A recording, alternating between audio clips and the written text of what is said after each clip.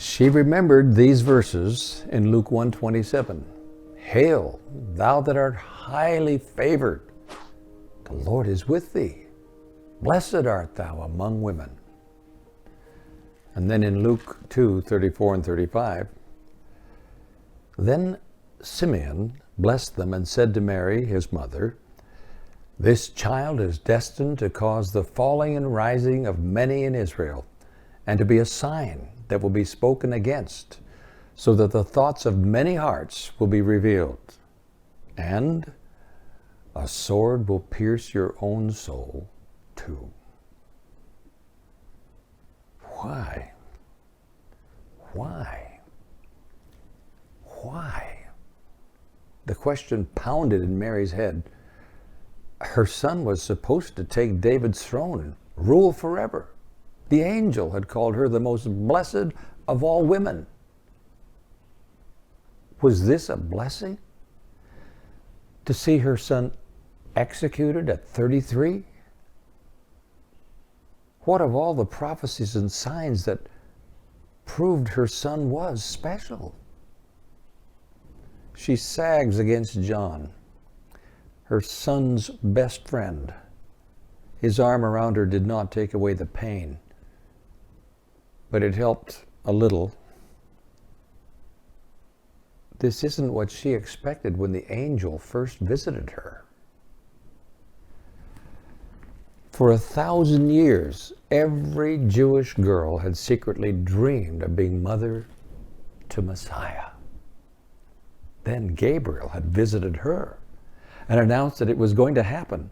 To her, she would indeed be the most blessed of all women, the envy of her friends.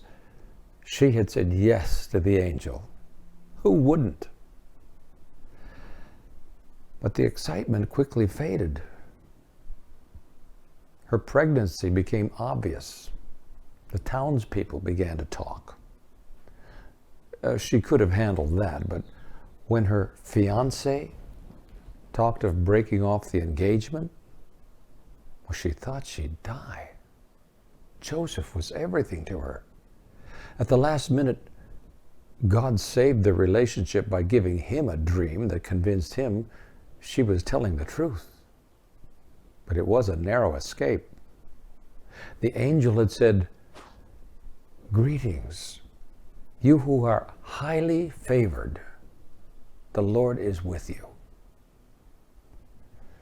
But Mary was beginning to wonder if being one of God's favorites was such a good idea after all. Now here she is, standing in the middle of a violent mob, watching her son die. Where was God in all this? Where was the favored woman part of the story? Back in the village, Joseph had done his best to shield her from the talk of incredulous neighbors, but the looks she got in the market, they really hurt. Then had come the trip to Bethlehem, just as she was about to give birth to the deliverer of Israel, the one who was going to break the foreign yoke and restore Israel to its rightful supremacy in the world. She and Joseph had been required by the Roman occupation forces of Caesar to travel from Nazareth to Bethlehem for a tax enrollment. Well, Mary insisted on going. She wasn't going to be left alone with the sharp tongues in Nazareth.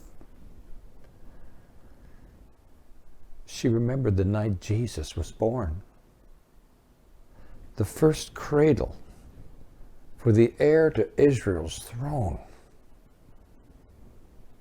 was a feed box. It wasn't right. But they survived. Sometimes God leads us where we would rather not go. There in that stable, Mary was not out of God's will, but she was certainly out of her comfort zone. Standing under that cross in Golgotha, Mary remembers the shepherd's visit how they'd interrupted each other in their excitement while telling their scrambled story. They'd seen a vision of angels, brighter than lightning. Their heavenly singing was like waterfalls and wind chimes and thunder and birdsong all wrapped together. And they announced that the Savior of Israel had been born that very evening in Bethlehem. The sign of the new king would be his bed, a manger, a feed box. Mary could remember her excitement. The secret no longer belonged to just her and Joseph. God was telling others. For sure, the priests would find them soon.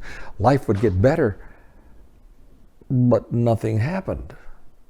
No one of any consequence paid the slightest attention to the shepherds. 6 weeks after Jesus' birth, following the rule for the firstborn, Joseph and Mary took their son up to the temple in Jerusalem to present him to God.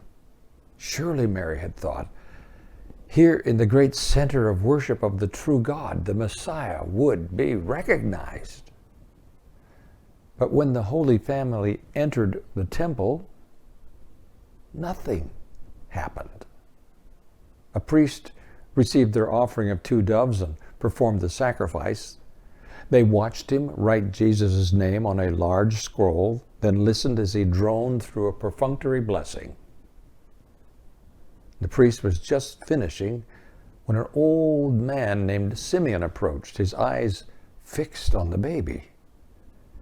He took Jesus in his arms with such hesitancy and delicacy you'd have thought he was handling butterfly wings. His face glowed as he lifted his eyes and prayed in a quivering voice, "Now, Lord, you can let your servant depart in peace, for my eyes have seen your salvation." Luke 2:29 and 30. Mary never forgot the rapturous wonder in his prayer. But Simeon did not stop with these heart-thrilling words. He went on to pronounce a cryptic prophecy about Jesus' role as judge of the nation. And then turning to Mary, he whispered with a strange mixture of fierceness and solicitude, "And a sword will pierce your own heart also." What strange words then. Every time she remembered them, she shivered, especially now as she stood on Golgotha. The memory chilled her. The angel called her highly favored, but this old man said, "A sword will pierce your own heart also." Which was true? As she stands there on Golgotha watching her son die, Simeon's words made sense. Gabriel's didn't. The highly favored had been made more believable sometime after Jesus' birth, when wealthy strangers from Persia appeared at their door. They had come in quest of the newborn King of the Jews. They had been directed to this house, so they said, by a mysterious star in the east that they had first seen way back in Mesopotamia. That night, Mary had gone to sleep dreaming. Surely now there would be a breakthrough. The strangers had told them King Herod inquired about the baby. He himself, the king, wanted to find the baby and honor him. At least that's what he said. The gifts the kings brought would make for a comfortable living more in keeping with the true status of their family. She could see in her dream the kind of house they'd have. Joseph woke her from her dreaming. "Get up, Mary." He was leaning over her, shaking her urgently. "What time is it?" she mumbled. "I don't know. The middle of the night sometime. But I just had a dream," he whispered. "An angel told me we must leave town immediately. If we don't, Jesus will be killed. Get up and pack." She packed, and before dawn, they were out of town on the road to Egypt. The strangers' gifts made the trip possible, but they did not provide the kind of comfortable living she had imagined. Then, when they heard about the massacre in Bethlehem back home shortly after their midnight madness departure, she began to comprehend the danger of having a claim to the throne of Israel. Mary and Joseph had to blend in. Even in Egypt, they needed to be invisible, part of the crowd. They dared not tell just anyone the stories about angels and shepherds and wealthy strangers from the east. Being favored by God did not mean being appreciated by people. After some years there, God gave Joseph another dream, directing him to take the family back to Palestine. They finally got back to Palestine, back to their old town of Nazareth. And when Jesus was 12, they all went up to Jerusalem for the Passover. With boundless curiosity, Jesus plied every scribe who would listen with questions about the temple service, about messianic prophecies, about difficult passages in the Bible. Some scribes warmed to his questioning, taking obvious delight in the conversation. Others shook their heads, quickly dismissing the precocious boy. "You've been doing too much thinking, kid." Mary remembered that they'd lost Jesus on that trip. Mary and Joseph spent 3 frantic days looking for him, wondering if he'd been seized by the authorities because someone had connected him with the visit from the Magi. Throughout the 3 days, Simeon's words played over and over in Mary's head. "A sword will pierce your own heart also." Well, they finally found him. Jesus was in a back room at the temple, dialoguing with learned theologians. When Mary scolded him for the terror he had caused them, his response again caused her to feel the sword. Not that he was harsh, but he was claiming another father. He was not theirs alone. Over the next 17 years, Mary had wondered about the words of the angel. "He will sit on the throne of David. He will reign forever."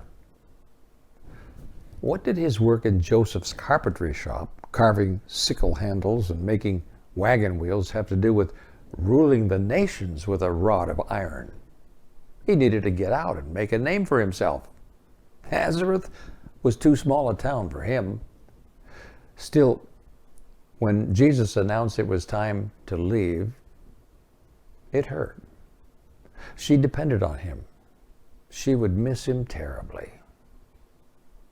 She remembered the day Jesus left home. She had worried and swelled with pride all at the same time. Her son was finally going to demonstrate his royal calling. Before long, she'd be known as the mother of a king instead of the widow of a carpenter.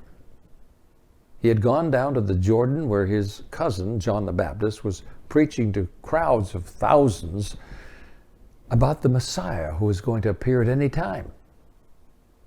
Thousands of people saw her son baptized. They heard heaven thunder its approval when he came up out of the river. John had told her that God actually spoke, claiming Jesus as his own son and declaring his absolute approval. Well, Mary began hearing fantastic stories. He drove demons out of people. He gave sight back to blind folks, epileptics, the lame, people with strange fevers, women with female problems. Nothing was too hard for him. Crowds came to hear him. She had gone and seen for herself. Once, that she knew of, he fed more than 5,000 people with food he produced from a small boy's lunch of bread and fish. Surely this was a prelude to his taking the throne. But Mary began worrying about Jesus, her son's health. I mean, people said he was so busy he didn't even take time to eat. He hardly ever slept. What would happen if he had a breakdown? So she had enlisted his brothers to come with her and had gone to make him come home for some home-cooked meals and rest. But once more had come the sword. When she sent a message to him through the crowd that she and his brothers would like to see him, he turned to the crowd and called out loud, "Who is my mother and who are my brothers?" Then waving his hand over the group, he answered his own question, "Here are my mother and my brothers, for whoever does the will of my Father in heaven is my brother and sister and mother." Matthew 12:48-50. When Jesus spoke those words, Mary felt the sting of rejection.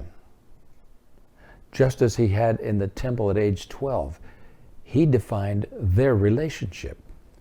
He was in charge. He loved her. He always made that clear. He was honored to be her son. But he took his orders only from God. How she delighted to call him her own. She burst with pride every time she heard another story of his goodness or his power to heal or of the new wisdom someone had found in his teachings. But as time went on, her heart was stabbed when she heard reports of popular dissatisfaction with some of his teachings. Then she began hearing rumors of plots by national leaders to kill him. When he left Galilee, this time headed for Jerusalem, Mary decided to go along. If anything happened, she wanted to be close. But she had never imagined this. Crucifixion. As Mary stood there at the foot of the cross, Simeon's prophecy reached its climax. The word and the sword stabbed to the very core of her being. And 1,000 questions beat on her mind. What was God doing? What about the shepherd's report and the foreigner's story about the star? What about Simeon's prophecy? The part about her son being the salvation of Gentiles and Jews? Her son was now hanging on a cross.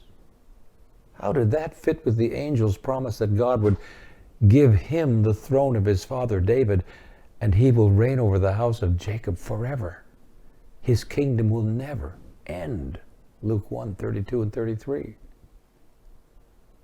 And what about the angel's words? You who are highly favored. Jesus gave her just a bit of an answer, even while he was enduring excruciating pain. Looking down at John, Jesus gave her formally into John's charge. He didn't leave her sonless. He didn't give her to the uncertain kindness of her stepsons. He gave her to the one man who would remind her most of him. Yes, she was favored, but she had so many questions. Why? Why did the way of God's favor hurt so much? When Mary left Golgotha on that dark Friday afternoon, she was utterly crushed and desolate. All God's promises seemed to have failed. She could see no future. Sure, I guess John would take care of her as best he could, but the light of her life was gone. Jesus was dead. As Mary sat with the friends of Jesus on that Sabbath, her entire world was black. and cold. She had no reason to live, no hope. Being favored by God was the last description she'd have thought of using to describe her situation now. Cursed felt more like it. But then came the first reports that Jesus wasn't dead, that he had risen. Along with others, she began recalling statements by Jesus that they hadn't understood and hadn't paid much attention to. I am going to Jerusalem, where I will be handed over to the chief priests. I will be mistreated and killed, but I will rise on the third day. He had tried to tell them. They had just been too thick to understand. The cross wasn't the end. The angel had not lied. Mary didn't know how, but she was certain that her son would yet rule. He would triumph. She was no longer concerned about a privileged position in his palace. He had given her the honor of being his mother. He had never allowed her to own him. She didn't own him now, but he never let her down. He never abandoned her. She was indeed most favored. You see, friend, God's favor is often buried in obscure, difficult service. Mary of Nazareth did not enjoy an easier, more comfortable life because she was the mother of Jesus. And no one plans to bury their own child. It is difficult to imagine a more wrenching experience than watching your only son die on a cross. But looking back from the perspective of eternity, Mary will not regret for an instant that God chose her. God may give you a very difficult task. You may be called to love a child with attention deficit disorder or autism. Perhaps God has called you to rear 3 children by yourself or to care for a wife who is permanently disabled. Maybe your assignment is to remain faithful in a difficult marriage to someone who is not planning to change. The service God asks you may not be fun. In fact, at times it may feel like a curse. You may wonder what you did that so bothered God that he would do this to you. But the obligations of love and service and family are not expressions of God's pique. They are not evidence that you are not favored.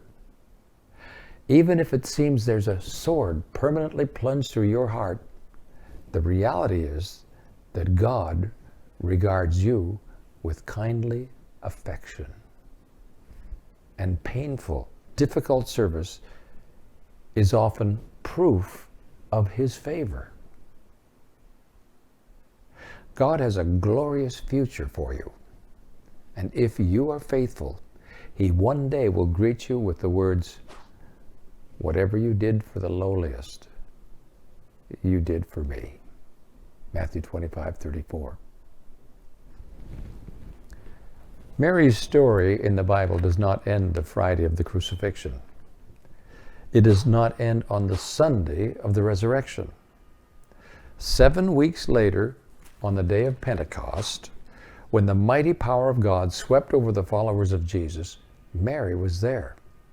Along with 120 other believers, she received the assurance that through the person of the Holy Spirit, Jesus had rejoined their company to stay.